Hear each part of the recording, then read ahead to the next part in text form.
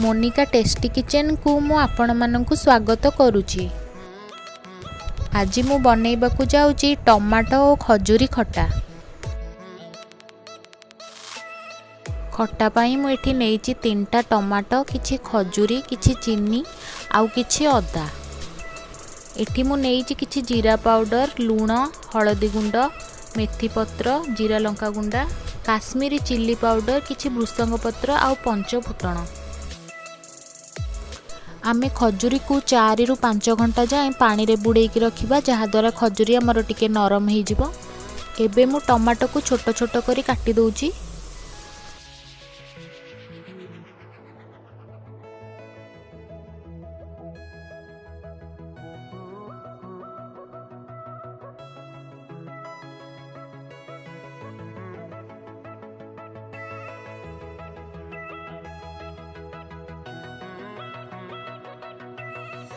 Tomato गुड़ाक सबुतक भल भाव में छोट छोट करी मु काटी देइछि। एबे आमे गैस रे कड़ाई बसैबा। कड़ाई रे 2 चम्मच तेल गरम करिबा।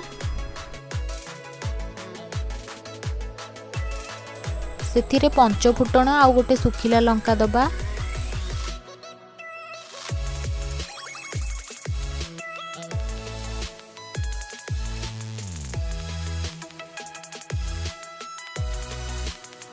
एबे सेथिरे काटी रखिथिबा टमाटो तक ऐड करिबा आउ ताकू किछि समय भाजिबा।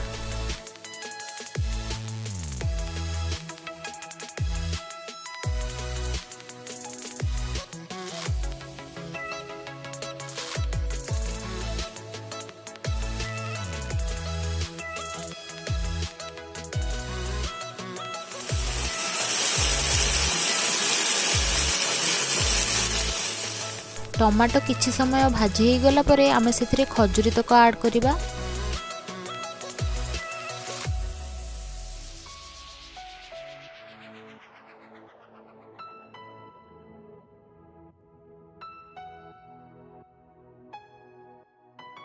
एबे सेथिरे आमे हाफ कप चीनी, लूण, जीरा गुंड और हळदी गुंड ऐड करिबा।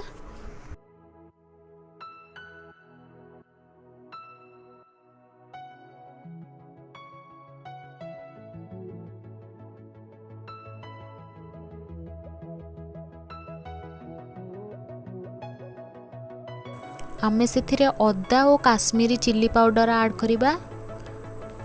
खटार कलरटा भल आसीबो बोली मु एथिरे काश्मीरी चिल्ली पाउडर ऐड कली। आपण जदि चाहिबे ताहले एटा स्किप करि परिबे।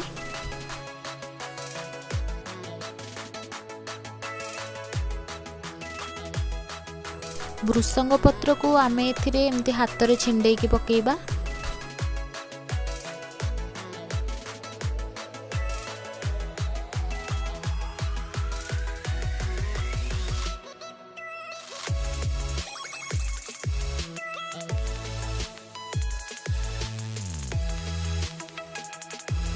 टमाटो और खजूरी खटा एबे हमर हेई गलानी। एबे हमें गैस को ऑफ कर दबा।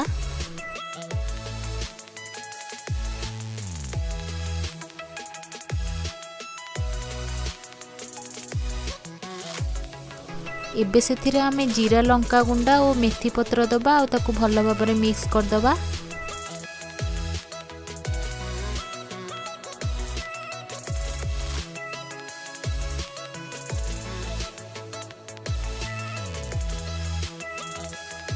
टमाटो और खजूरी खटा एबे हमर खाइबा पई रेडी हे गलानी। आपण एमती घरे बनांतु, निजे खांतु और अन्य मानकु मध्य खुआंतु।